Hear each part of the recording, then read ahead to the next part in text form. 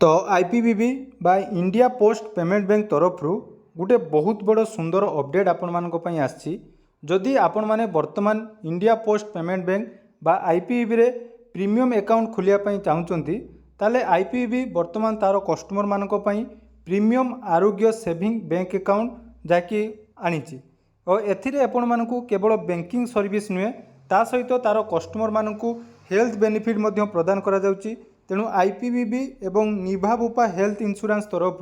आईपीबीबी रो एई premium आरोग्य saving bank account जदि आपण मानक पाखरे अछि ताहले आपण मानकू समस्त प्रकार बैंक सर्विसेस जेमिति कि deposit withdrawal door step banking ता सहित हेल्थ बेनिफिट हिसाब रे जदि आमे देखिबा आपण मानकू डॉक्टर कंसल्टेशन पई जाकी